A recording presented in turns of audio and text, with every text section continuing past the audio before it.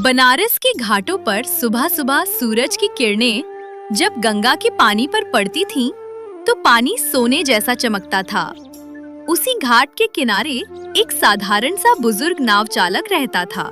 नाम था किशन दास। किशन दास की उम्र लगभग 60 साल थी। चेहरे पर झुर्रियां, हाथों में कठोर परिश्रम के निशान, लेकिन आंखों में संतोष और दिल में करुणा भरी थी। उसने सारी जिंदगी गंगा की लहरों के बीच बिताई थी, कभी अपने पिता की नाव में तो कभी अपनी छोटी नाव में, लोगों को इस घाट से उस घाट तक पहुंचाते हुए।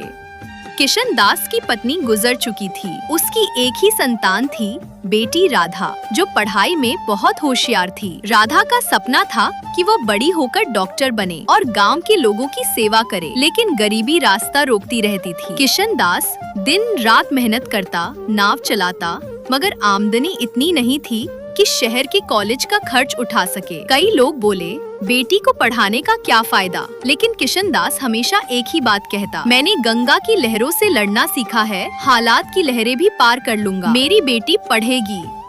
एक दिन की बात है, शाम को एक तेज तूफान आया। बहुत से यात्री फंस गए थे। घाट के सारे नाविक डर कर रुक गए, लेकिन किशन दास ने अपनी नाव निकाली। बाबा मत जाइए, तूफान बहुत बड़ा है, लोगों ने कहा।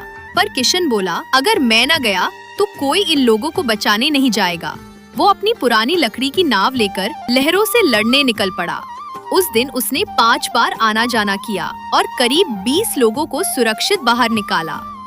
उसकी हिम्मत और सेवा देखकर शहर के एक अधिकारी ने उसका इंटरव्यू लिया और उसकी कहानी अखबार में छप गई। इस कहानी को पढ़कर एक NGO ने राधा की पढ़ाई का पूरा खर्च उठाने की जिम्मेदारी ले ली।